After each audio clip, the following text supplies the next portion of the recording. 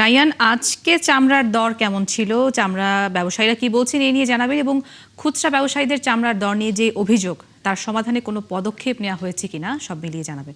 গতকালকের পর আজকে তেমন কোনো চামড়ার এই সাফা ট্যানারিতে আসেনি।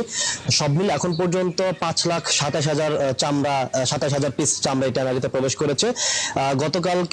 গতকালকে পর থেকে কর্মযোগ্য থেমে গেছে। এখন বলা যায় ট্যানারি অনেকটাই নীরব, এবং যারা কাজ করে গেছেন তারা চলে গেছেন। এখন যে চামড়াগুলো লবণ দিয়ে রাখা হয়েছে ট্যানারির ভেতর, এগুলো 2 থেকে 3 দিন পরে ভাঙা হবে, তারপরে আসলে আবার নতুন করে কর্মযোগ্য শুরু হবে ট্যানারিতে।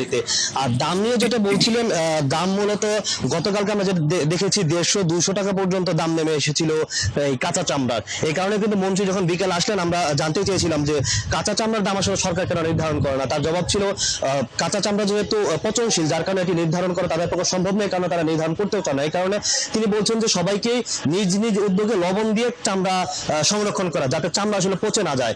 এর বাইরে একটা আছে আন্তর্জাতিক বাজার হারানো, এই কারণে চামড়ার একটা বড় দরপতন, পাশাপাশি রপ্তানিও কিন্তু অনেক কমে গেছে চামড়ার। সব মিলে আসলে ব্যবসায়ীরা বলছেন যে বর্তমান যে বাজার আছে এখান থেকে যদি উত্তরণ না হয়, বিশেষ করে সিইটিপি বা বর্জ্য ব্যবস্থাপনার যে বিষয়টি, ইউরোপের মানদণ্ড পেতে হলে যে বিষয়গুলো নিয়ে উদ্যোগ নেওয়া দরকার, সেটা যদি না হয় সেক্ষেত্রে চামড়ার যে বাজার, এই বাজার আসলে স্বস্তি ফিরবে, এবং সময়ের সাথে সাথে দেশে দ্বিতীয় বৃহত্তম যে রপ্তানিকারক যে খাত, এই খাতটি আসলে হুমকির মুখে পড়ে যাবে।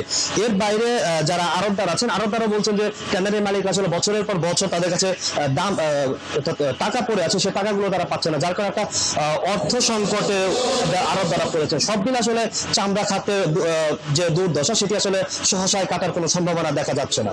নুজহাত। দর্শক, আমাদের সাথে যুক্ত ছিলেন সহকর্মী রায়ান বিন আমিন। চামড়ার দরদাম নিয়ে বিভিন্ন খবরাখবর জানাচ্ছিলেন তিনি।